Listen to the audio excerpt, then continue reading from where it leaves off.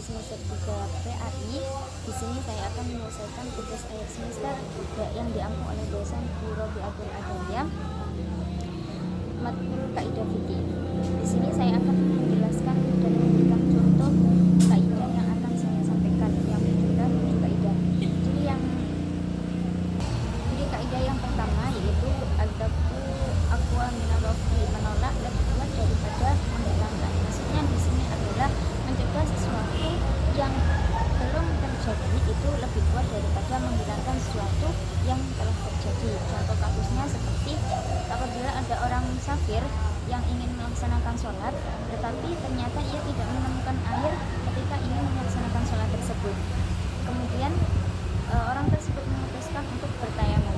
Namun ketika sebelum melakukan sholat ia sudah menemukan air atau sudah melihat air, maka orang tersebut tidak diperbolehkan untuk melaksanakan sholat dengan tayamum tersebut, maka harus melaksanakannya dengan berwudu karena ia sudah melihat air tersebut. Kemudian beda lagi dengan apabila orang tersebut kok sudah melakukan sholat dengan tayamum, namun di tengah-tengah ia baru di tengah-tengah sholat ia baru melihat adanya air, maka orang tersebut tidak perlu membatalkan sholat tersebut karena melihat air harus tetap melanjutkan sholat tersebut karena tidak dianggap gugur, tidak apa-apa karena melihat airnya di tengah-tengah sholat. Oke, kemudian yang kedua, kaidah yang kedua yaitu ar-rukhsatu la tunatu bil ma'asi, yaitu rukhsah tidak bisa dikaitkan dengan kemaksiatan.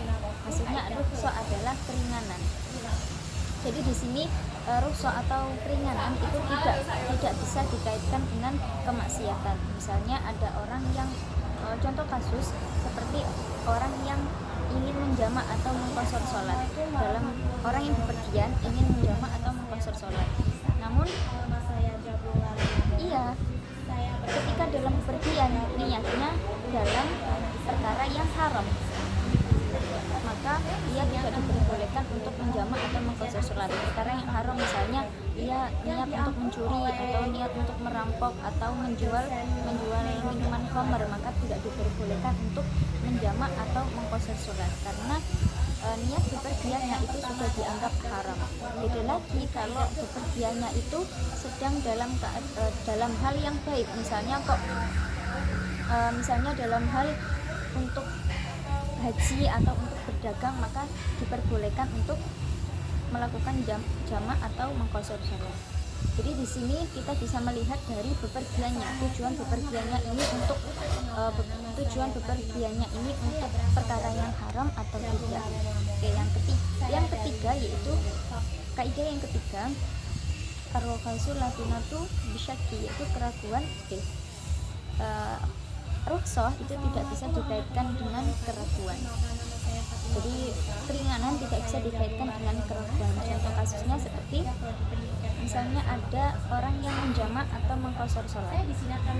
Jadi orang tersebut musafir, orang dalam bepergian ingin menjamak atau mengqashar sholat, maka tapi orang tersebut itu ragu apakah saya sudah diperbolehkan untuk melakukan sholat jamak ini atau sudah diperbolehkan untuk mengqashar sholat ini, maka orang tersebut wajib melakukan sholat secara sempurna. Misalnya kok sholat zuhur atau asar 4 rakaat, maka ia wajib untuk melakukan sholat 4 rakaat secara sempurna karena ia ragu.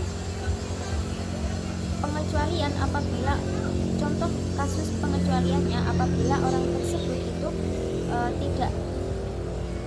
itu ragu untuk melakukan jamak atau mengqashar sholat, namun ia menyimpulkan bahwa saya telah mencapai batas untuk melakukan jamak mengqashar sholat, maka saya tetap diperbolehkan untuk melakukan jamak atau qashar sholat. Nah, dari situ bisa disimpulkan bahwa orang tersebut masih boleh untuk melakukan jamak atau mengqashar sholat. Untuk kaidah yang keempat yaitu al-fardu afdalu minan nafli. Fardu itu lebih utama daripada sunnah. Maksudnya di sini adalah segala sesuatu yang fardu atau segala sesuatu yang wajib itu lebih utama daripada yang sunnah. Seperti halnya ketika melakukan sholat fardu dengan sholat sunnah, maka diutamakan untuk yang melakukan sholat fardu. Begitu juga dengan puasa, misalnya puasa di bulan Ramadan, itu lebih utama daripada melakukan puasa sunnah di hari-hari yang lain. Nah, di sini contoh pengecualiannya adalah misalnya memulai salam itu kan hukumnya sunnah daripada menjawab salam yang hukumnya wajib. Tapi di situ yang lebih utama adalah memulai salam yang hukumnya sunnah itu lebih utama daripada menjawab salam yang hukumnya wajib. Itu contoh pengecualiannya. Kemudian kaidah yang kelima yaitu an-naflu awsa'u minan nafli. Sunnah atau nafil itu lebih luas daripada an-naflu awsa'u minal fardi.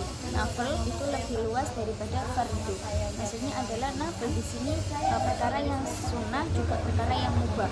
Jadi perkara-perkara yang sunnah atau perkara yang mubah itu lebih luas daripada perkara yang fardu.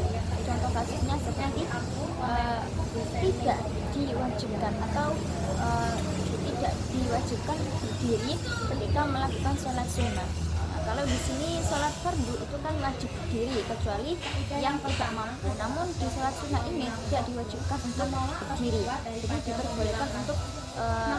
Jadi diperbolehkan sholat sunnah itu dengan duduk ataupun dengan sebelum tidur misalnya. Itu tapi jarang.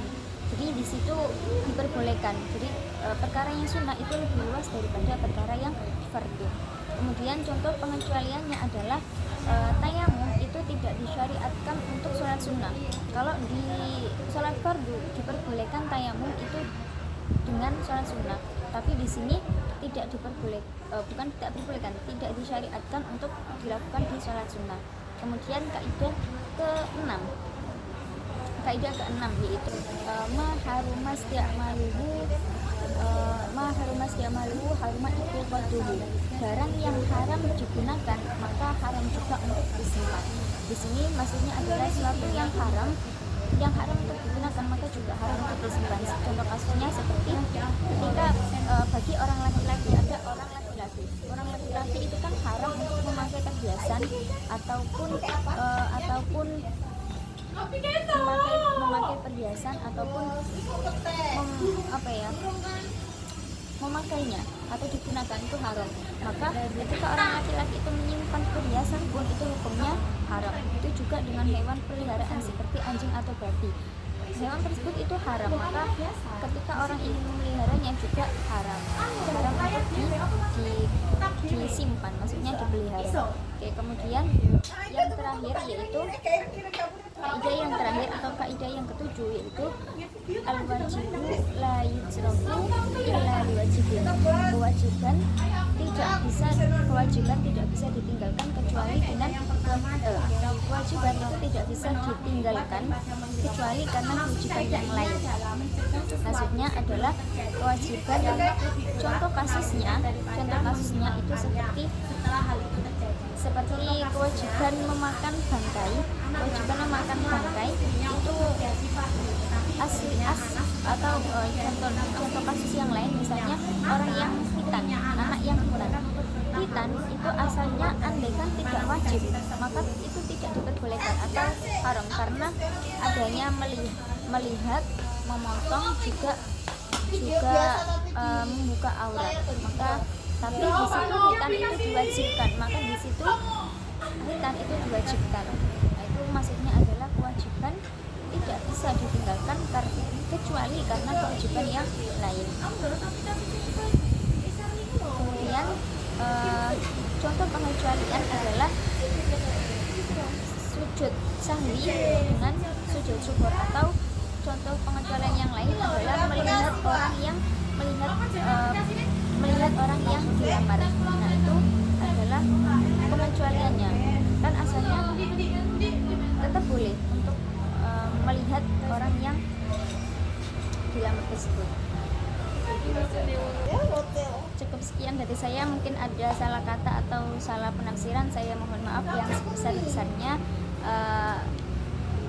Mohon Mohon maaf dari saya. Assalamualaikum warahmatullahi wabarakatuh.